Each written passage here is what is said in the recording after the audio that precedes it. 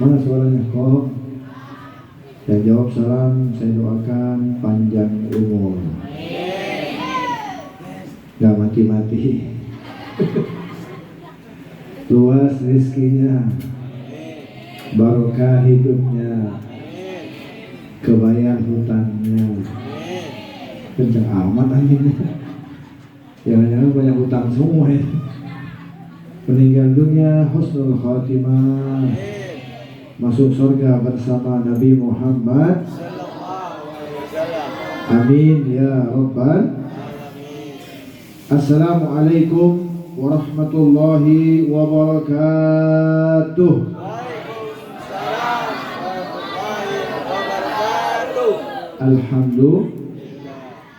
Alhamdulillah ala hadhihi ni'mah walhamdulillah ala kulli ni'mah.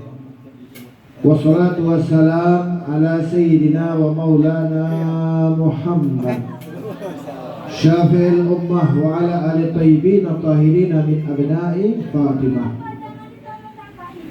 Ikuti setelah saya. Astaghfirullahaladzim semua. Alladzi la ilaha illa huwal hayyul qayyum wa atubu ilaih min kulli zambin azim wa min jami'i ma'asi wal khotoya sirran wa jahran zahiran wa batinan qawlan wa fi'lan sam'an wa basaran taubatan nasuha. La ilaha illallah, la ilaha illallah, la ilaha illallah, Muhammadur Rasulullah sallallahu alaihi wa alihi wa sahbihi wa sallam. Kalimatu haqqin 'alaiha nahya wa 'alaiha namut wa 'alaiha nu'ad insyaallah taala minal aminin. Amin ya rabbal. Bagaimana kabar semuanya, sehat? Jawabnya alhamdulillah.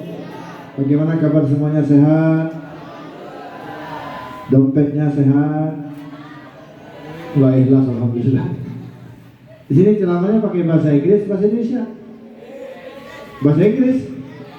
Oke, kita coba pakai bahasa Inggris. Tapi sebelumnya kita doakan guru kita Al-Habib Abdul Rahman bin Qasim, mudah-mudahan beliau panjang umur, sehat afiat. Beliau adalah sahabat saya dari kecil. Alhamdulillah kita di Palembang bersama, dan alhamdulillah sekarang berada di Tangerang juga alhamdulillah. Dan keluarga besar daripada almarhum Sahibul Haul Habib Qasim, mudah-mudahan dipanjangkan umurnya oleh Allah Subhanahu wa taala. Dan semua para habaib yang datang, yang banyak, yang mohon maaf tidak disebutkan namanya satu persatu, kita doakan habaib yang hadir panjang umur, sehat afiat. Para alim ulama, para kiai, para ustaz, para ajengan yang datang, mudah-mudahan juga panjang umur, sehat afiat. Aparat pemerintah atau yang mewakilinya semua yang telah datang, terkhusus semua bapak ibu, hadirin hadirat muslimin muslimat yang hadir, saya doakan mudah-mudahan tidaklah keluar dari majelis ini segala dosa-dosa kita diampuni oleh Allah Subhanahu wa taala. Amin ya rabbal. Ladies and gentlemen, asik. I think that I could tell you for the time being, and I would like to tell you others in the next class time. Finally, I thank you very much for your good attention in joining my show. Paham tidak?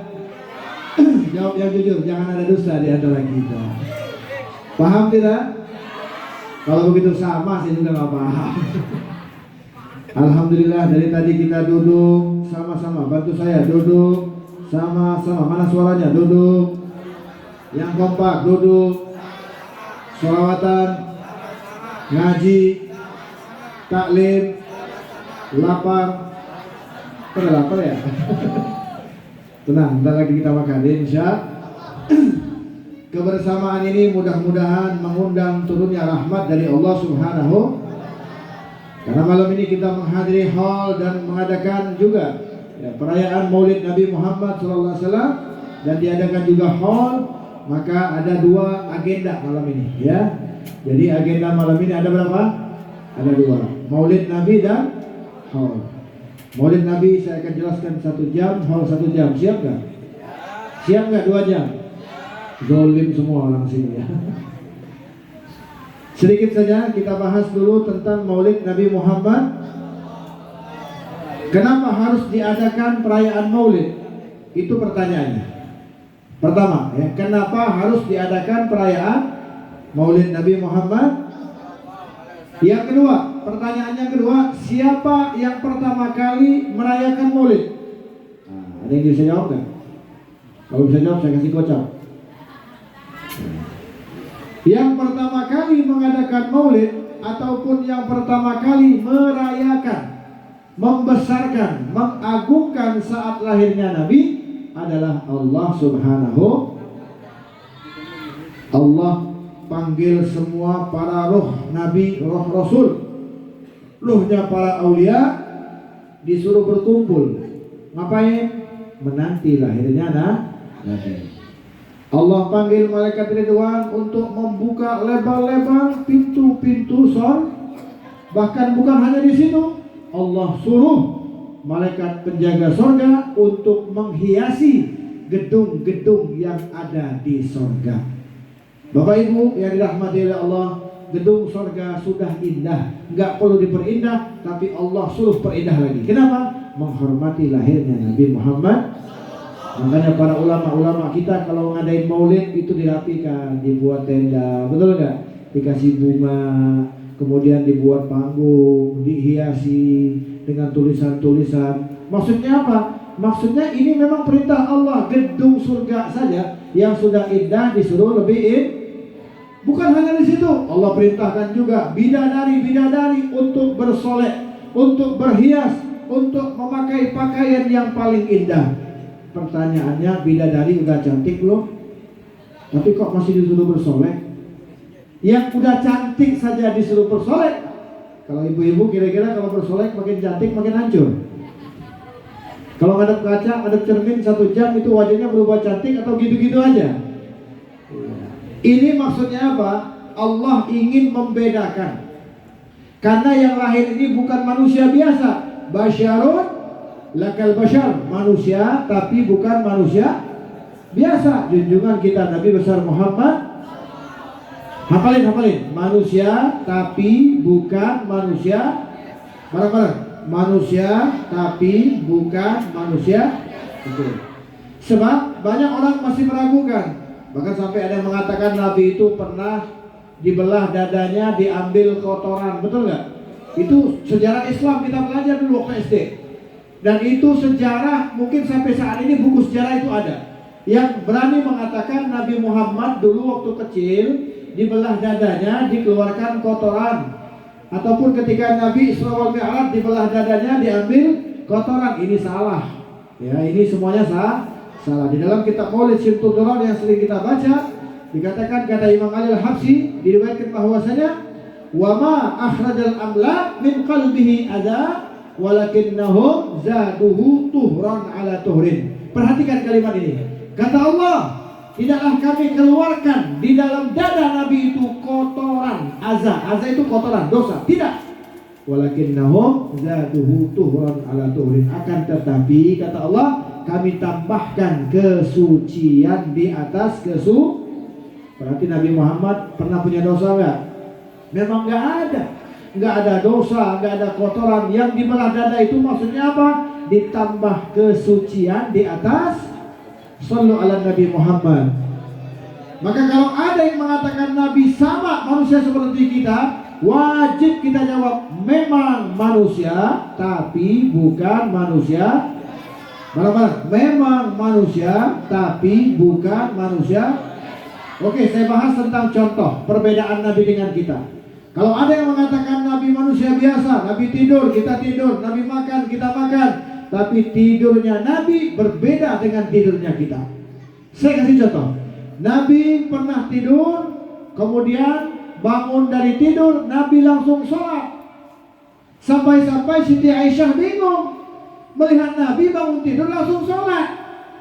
Habis sholat Nabi Muhammad, Siti Aisyah bertanya, ya Rasulullah radhiyallahu anha. Siti Aisyah bertanya, aku tadi nampak melihat kau tidur, kok bisa langsung sholat gitu, nggak pakai wudhu lagi?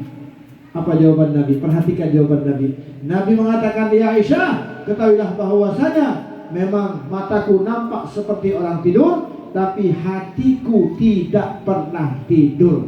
Jadi Nabi Muhammad walaupun matanya nampak tidur, hatinya beliau tidak pernah lupa kepada Allah Subhanahu. Berarti tidur Nabi dengan tidur kita beda nggak? Maka para ulama sepakat, ijma ulama mengatakan tidurnya Nabi Muhammad SAW tidak membatalkan tidurnya kita. Bangunnya wangi atau bau? Jujur, wangi atau bau? Bantalnya ada peta nggak? Bantalnya kalau bangun tidur wangi atau bau? Wajahnya kusut nggak? Serem nggak? Kayak hantu nggak? Bagaimana mau sama? Betul nggak? Dari tidur saja udah beda. Belum yang lain. Kalau saya bahas sampai subuh nggak beres-beres. Ya, kata Imam Ali, wa ala tafannuni biwasfi yafna zaman wa fihi ma lam yusufi. Kalau kita berbicara tentang Nabi Muhammad, yafna zaman, walau nanti sampai hari kiamat tetap cerita. Wafihi malam Yusufi, pasti ada cerita yang tertinggal saking banyaknya cerita Nabi Muhammad Sallallahu Alaihi. Yang kedua, contoh yang kedua, setiap Nabi berludah, perhatikan, setiap Nabi berludah tidak pernah ludah Nabi sampai ke tanah, gak pernah. Kenapa? Semua sahabat berebut mengambil ludah Nabi Muhammad SAW. Bahkan tidak jarang dari mereka sengaja mengadakan tangan, ludahkan di sini ya Rasulullah. Setelah diludahin sama Nabi, maka sahabat tadi mengambil ludah tersebut, diusap-usap ke muka mereka, kemudian dijilat dan ditelan oleh sahabat Nabi Muhammad SAW. Itulah ludahnya Nabi Muhammad SAW. Ludah ibu-ibu di sini, ada yang mau? Ludah bapak-bapak di sini ada yang mau? Atau ludah saya ludahin sekarang? Nggak bisa, nggak usahkan kita. Kita punya anak, kita minum nih, ibu-ibu minum, sisanya kasih ke anak. Apa kata anak? Ih mama jorok, betul nggak kira-kira? Anak sendiri aja nggak mau minum bekas orang tuanya, apalagi yang lain. Ini baru sebatas ludah saja, tidak bisa disamai dengan kita. Bahkan Nabi pernah, suatu saat itu terjadi kekeringan, kekurangan air. Sahabat kebingungan, mau minum nggak ada air, mau mandi nggak ada air, mau wudu nggak ada air. Maka mendatangi Nabi, ya Rasulullah, kita kekurangan air, nggak bisa sholat, nggak bisa makan, nggak bisa minum, nggak bisa masak. Apa kata Nabi? Apakah di sini ada sumur? Ternyata di Madinah itu masih ada, sumurnya masih ada, tapi ditutup ya, nggak boleh lihat. Sumurnya masih ada. Sumur itu sumur yang udah rusak, sumur yang tidak ada airnya. Airnya udah mati, mata airnya udah nggak ada, warnanya udah berubah, baunya udah nggak sedap. Tapi ketika Nabi mendatangi sumur tersebut bersama para sahabat, maka Nabi meludahkan kepada sumur tadi. Ketika air liur Nabi tersentuh dengan air sumur yang kotor, yang bau, yang berwarna yang tidak sedap ini, maka berubah menjadi bening, menjadi bersih, bahkan mengalir sampai saat ini ada tuh sumur bekas ludahnya Nabi Muhammad Sallallahu Alaihi Wasallam. Nah, cerita-cerita seperti ini mesti kita ulang-ulang. Tujuannya apa? Agar ada yang namanya kata pepatah, tak kenal maka tak sayang maka tak. Saya tanya yang hadir, ibu-ibu dulu ya. Ibu, Bu, cinta sama Nabi? Jawab yang semangat, cinta sama Nabi? Yakin? Beneran? Bener-bener? Kenapa kalau kumpul suka ngomongin orang? Ada yang kayak begitu suka ngomongin, ada? Mana orangnya? Mana? Ibu, Bu, yang jawab bapak-bapak. Bu, cinta sama Nabi? Yakin? Beneran? Bener-bener? Kenapa kalau ke warung depan rumah nggak pakai jilbab? Ada yang kayak begitu? Depan ustadz pakai jilbab, nggak ada ustadz terbuka jilbabnya, ada? Bahkan dikatakan haredang. Ada lagunya tuh, haredang. Tuh pada jangan kayak di sana ada ibu-ibu ke pengajian. Di sana di tempat saya, bukan di sini. Ya, kalau di sini mah insya Allah nggak jauh beda. Nenek-nenek di sana, nenek-nenek Di sana nenek-nenek main Facebook. Websitenya www.keriput.com. Nenek main Facebook. Ya Allah, setiap hari ada pengajian, beda-beda, ganti-ganti jilbab. Malam Rabu jilbab warna biru, warna kuning, terus saja. Memang kebiasaan ibu-ibu begitu ya. Betul nggak? Bajunya rupa-rupa, betul nggak? Jujur aja, jujur. Baju tidur beda, bantu saya. Baju tidur. Mana suaranya? Baju tidur. Kondangan. Ke pengajian. Ngerumpi. Semua ada baju ngerumpi. Makanya ibu-ibu bajunya rupa-rupa, bapaknya paru-paru. Cinta. Sekarang kita nanya ke laki-laki, yang perempuan udah, yang laki-laki ini, bapak, cinta sama Nabi? Yakin? Benar. Kenapa sholat subuhnya suka kesiangan? Ada yang suka subuh kesiangan ini ada? Ketika dikumandangkan azan oleh muazin, as-salatu khairum minan naum. Artinya apa? Salat itu lebih baik daripada tidur. Yang bangun jawab enggak? Jawab, sedekah, obat dan seterusnya. Yang tidur jawab enggak? Jawab juga. Apa jawabannya? An-naum khairun minas salat. Tidur itu lebih baik daripada salat. Nah, ini yang sudah tidur enggak bangun subuh ya. Kalau kita mengaku cinta, maka kenali dulu Nabi. Sebab kalau udah kenal sama Nabi Muhammad, pasti akan tumbuh rasa mahabbah, rasa cinta kepada Nabi. Kenapa? Salafun saleh. Kita lihat Imam Abdullah bin Husain bin Tahir. Beliau pengarang kitab Sulam Taufik. Beliau juga yang ngarang doa ya Arhamar Rahimin, ya Arhamar Rahimin. Beliau itu gak tanggung-tanggung. Salat duha 2 rakaat. Rakaat pertama 5 juz, rakaat kedua 5 juz. Jadi dalam sholat duha 10 juz baca Quran. Alhamdulillah. Ada yang sanggup nggak di sini? Ini musola apa ini? Musola al-falah. Musola al-falah misalnya kedatangan Imam Haromen. Imam Haromen atau kedatangan anak muda yang belajar di Mesir. Ya, misalnya yang anak muda sini namanya siapa kira-kira namanya? Siapa? Hasbi. Namanya Asfi. Nggak taunya Asfi ini dihina, pintar sekolah, dapat beasiswa ke Mesir, sampai di Mesir S1, S2, S3 tamat. Bahkan nggak hanya di situ, dapat gelar Profesor Dr. Al-Hafidh. Siapa namanya? Asfi. Masya Allah. Kira-kira orang sini senang nggak? Bahagia nggak? Kalau pulang nanti diarak nggak?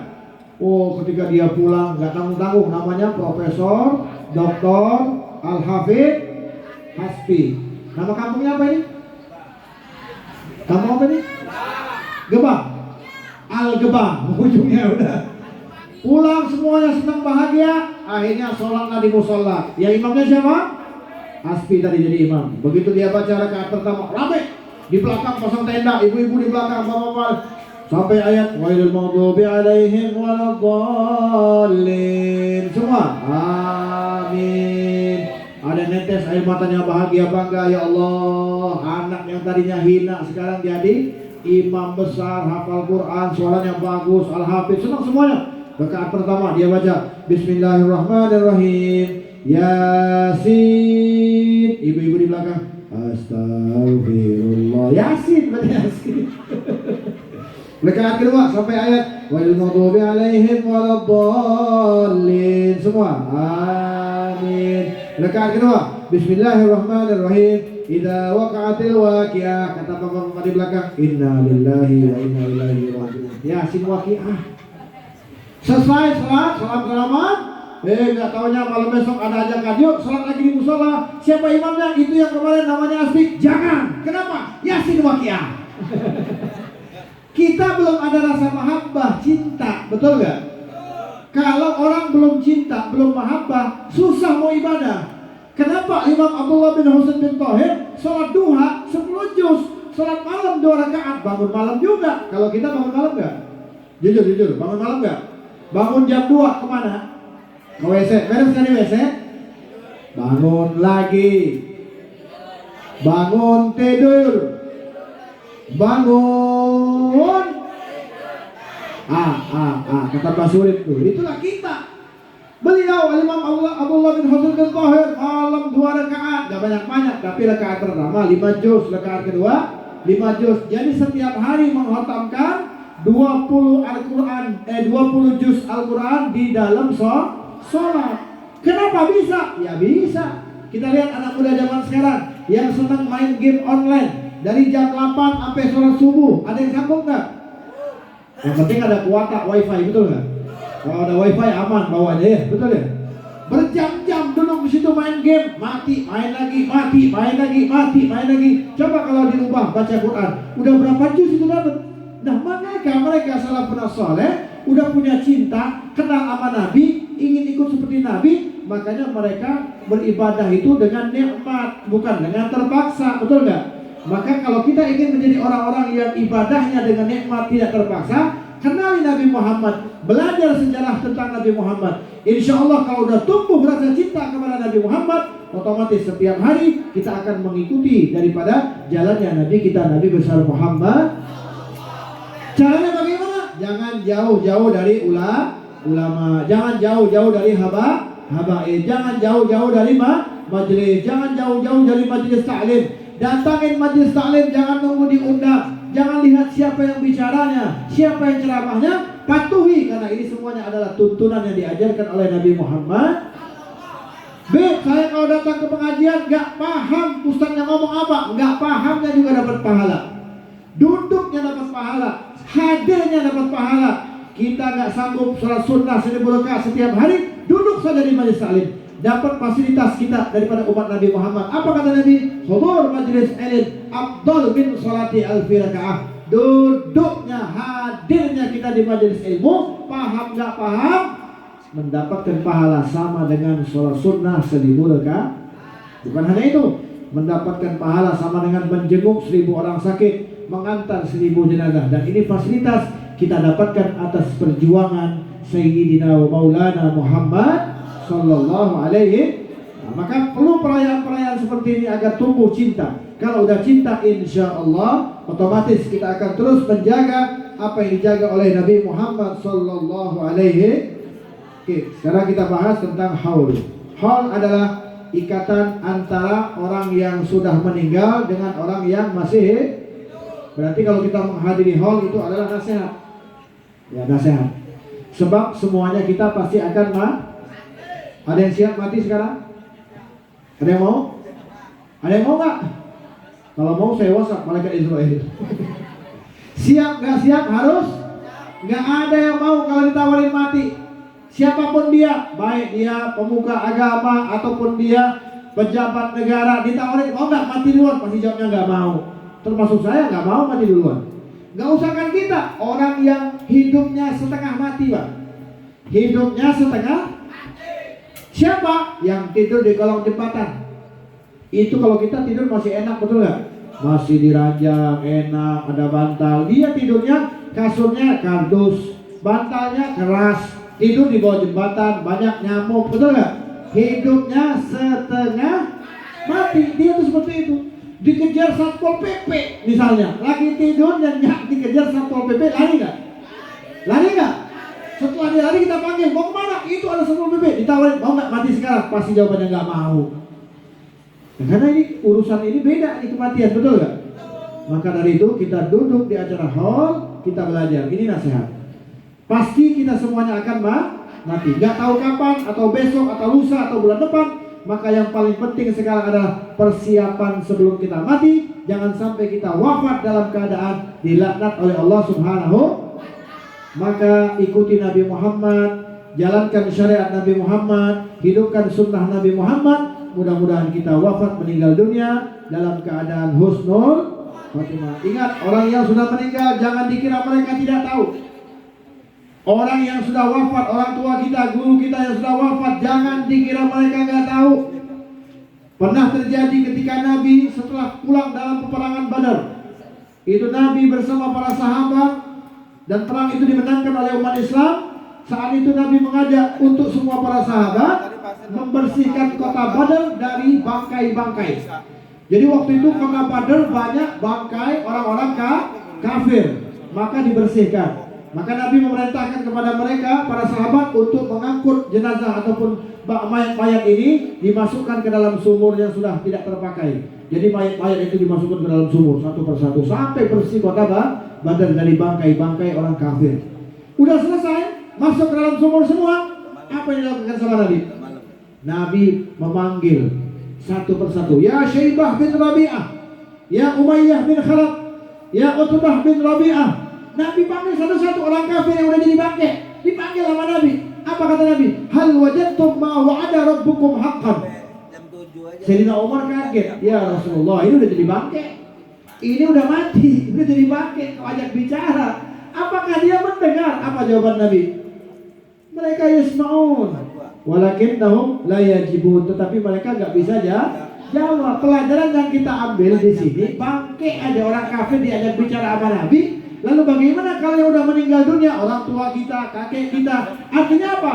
Mereka melihat kita, amal-amal kita mereka tahu. Kalau amal kita baik, bahagia mereka, senang mereka, beruntung mereka. Tapi kalau amalnya tidak baik, sedih mereka, menangis mereka, menyesal mereka. Tinggal ada pilihan, pengen mereka senang di barzakh atau buat sedih mereka di barzakh. Maka tampilkan perbuatan yang baik, belajar, duduk di majelis ilmu, perhatikan kehidupan kita, perhatikan lingkungan kita. Kalau kita berbuat baik, insya Allah mereka yang di barzakh senang. Kalau mereka senang, mereka akan berdoa, dan doa mereka insya Allah diijabah oleh Allah Subhanahu. Kita berharap mudah-mudahan semuanya kita wafat meninggal dunia dalam keadaan husnul khatimah. Dan tentunya kita berharap meninggal dunia meninggalkan anak-anak yang soleh dan soleha. Alhamdulillah hari ini kita menghadiri haul. Mungkin berapa tahun lagi kita akan diholkan oleh anak-anak kita, ya. Sebelum diholkan, kita didik anak-anak kita agar mereka pandai membaca Al-Quran, pandai membaca doa. Ingat, kekuatan doa seorang anak itu luar biasa.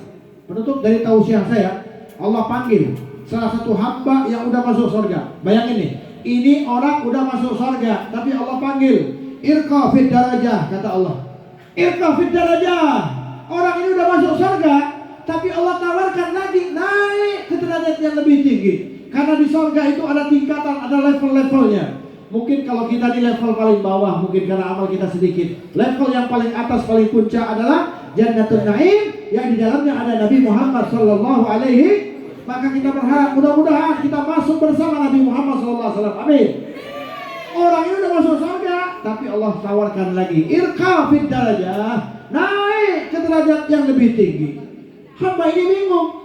Dia udah di surga, apakah masih bisa ya Allah? Sementara saya udah di surga.